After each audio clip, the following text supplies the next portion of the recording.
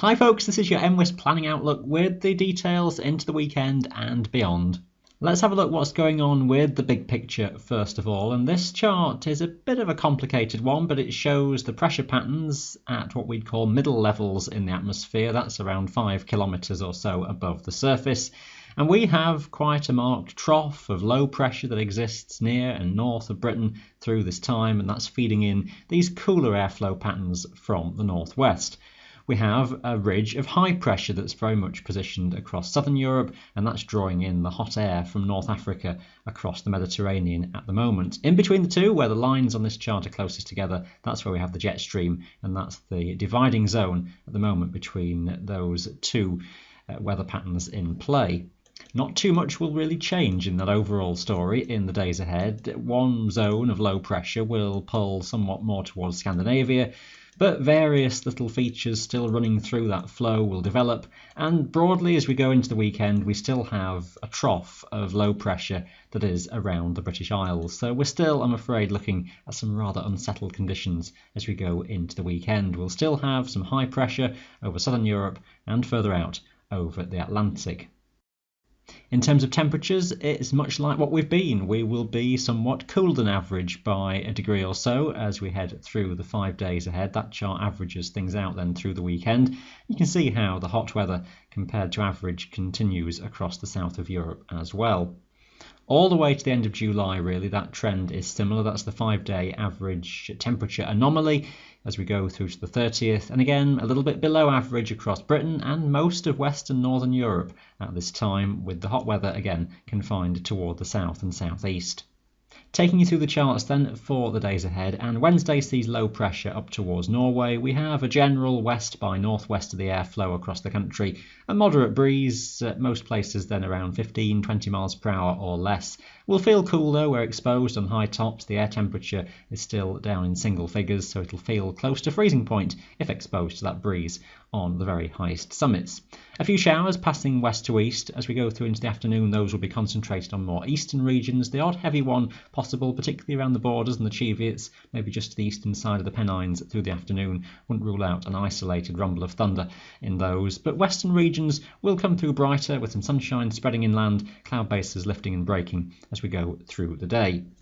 Not too much change on Thursday again, a scattering of showers forming, those tending to drift west to east during the day, and the odd heavy burst possible for some inland and eastern parts by the afternoon. Western areas coming through brighter with some sunshine. Moderate breezes again, feeling cool, perhaps even a degree or so cooler than on Wednesday. Subtle changes into Friday as again we have that general westerly flow. We've got bits of fronts starting to push in from the Atlantic though, and a few showers will be around here and there, mainly dry though across Wales and probably mainly dry across northern England as well, but western Scotland starting to see some more persistent rain and drizzle just pushing in from the west. I think especially as we go in the afternoon and evening that could just start to turn somewhat wetter. Bit of uncertainty on just how quickly things do push in from the Atlantic though. 1 or 2 showers possible toward the eastern Highlands, but a fair amount of dry weather as well. Heading into the weekend, do you want to look at the charts? Because again, it's not looking that clever, I'm afraid, with low pressure in charge. There will be uncertainty with detail, but we do expect some rain, and some of that could well be heavy and persistent. The focus looks to be over England and Wales, but a wraparound of a front moving across Scotland too is likely to bring some persistent falls of rain. Northernmost areas may be just escaping somewhat drier and brighter. We shall watch those details carefully. Wind speeds could be fairly light across the Highlands nearer to the centre of that low, but the risk of stronger west-southwesterlies to England and Wales could be up to gale force for periods on the high tops. Sunday, we're not quite sure exactly where the centre of the low is going to be, but broadly it will be around. There'll be some persistent rain, possibly where that front is toward the south, and areas of showers moving around slowly in the north. So another mixed picture as you head through Sunday. Do watch for 1 or 2 heavier, possibly thundery showers forming by the afternoon. Looking at the longer range patterns, taking us to the end of July on this chart, this is 7 days on the pressure patterns in relation to average, which again is lower than average across Britain and into Scandinavia across Northern Europe as a whole.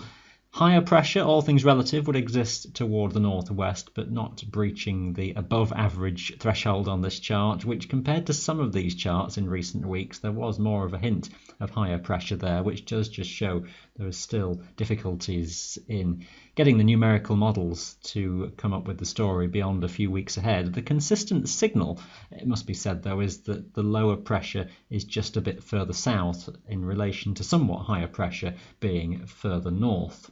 The upshot of that, as we've been looking at in some recent weeks, is that the wetter conditions would become focused further south across Britain as we go to the end of July, and this chart still shows that. The green colours indicate wetter than average conditions. Whiter colours though across Scotland, particularly toward the north and west, so only average rainfall patterns would be suggested. We're not making it into the drier than average, which still does suggest there would be some showers around at least, but the focus for wetter conditions in the final week of the month looks to be that bit further south. It's a trend that takes us into the start of August as well. That takes that same chart on 7 days, and again it's the wetter conditions would be suggested further south across England, across Wales as well. The drier than average conditions are tempting to show themselves near to the west of Ireland, and Scotland overall is seeing average rainfall through that time according to this chart. A little bit vague in detail in terms of looking at the pressure pattern. Overall, there's slightly lower than average pressure all the way across most of Europe, really. Exactly where these little shallow lows position themselves will be crucial, and in terms of who gets what. There's just that hint, though, you can tell, of a bump of high pressure from the Azores, with a ridge just trying to extend west of Ireland and possibly north of Scotland. Again, just allowing that chance for something better to hang on here through that time. Into the second week of August, and the rainfall anomaly chart starts to show some greener colours appearing west of Scotland again, which would just hint at the returning westerly patterns trying to bring some weather systems in off the Atlantic by that time. Through the middle part of August, and it's a bit of a weak signal really, again, as you would expect this far ahead, but maybe just the hints of drier than average conditions through the Low Countries, Germany into southern Scandinavia, which may just suggest that the south of Britain as well would see some drier conditions. The greener colours are a bit further north, again, just the hint at something passing western Scotland, so more mixed conditions likely here. No heat waves for us in the foreseeable future, at least. For this weekend, you'll want the warm and wet gear handy again, I'm afraid. Thanks for watching this video today. Bye for now.